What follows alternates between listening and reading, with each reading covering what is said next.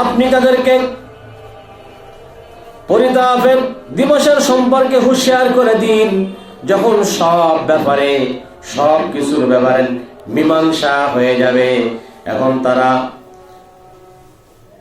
আফসোস করলে আর কোনো কাজ হবে না।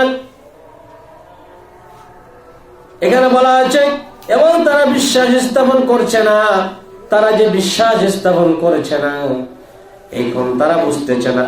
বুঝবে যখন পরিতাপের সময় আসবে, মহা বিপদের সময় আসবে, কিয়ামতের ময়দান যখন কায়েম হয়ে যাবে, তখন তারা বুঝে আসবে। কিন্তু তখন বুঝে আসলে তখন আর কোনো কাজ হবে না।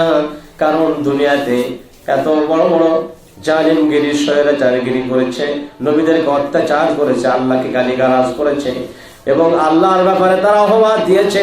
আল্লাহর ছেলে মেয়ে আছে, নাউজুবিল্লাহ, এইভাবে তারা অপবাদ দিয়েছে। আর নবীর মাকেও তারা অপবাদ দিয়েছে। মারিয়ামকে তারা মিথ্যাবাদী বলেছে, নাউজুবিল্লাহ, কুটনা রটাইছে। মারিয়ামকে তারা খারাপ ধারণা নিয়েছে।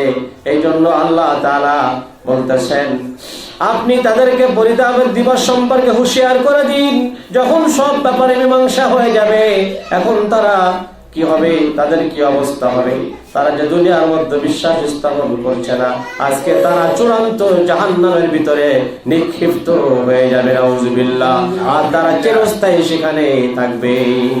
তাদের কোনো নাজাত নাই, তাদের কোনো মুক্তি নাই, তাদের কোনো মাফ হবে না। তারা মরবেও না, বাঁচবেও না। আল্লাহ আমাদেরকে জান্নাতি মানুষ হিসেবে কবুল করেন, বলে আমিন। আল্লাহ রাব্বুল আলামিন 40 নম্বর আয়াতে কি বলেছেন? ইন্না নাহনু নারিসুল আরদা ওয়া মান আলাইহা ওয়া ইলাইনা ইরজাউন। আল্লাহু আকবার।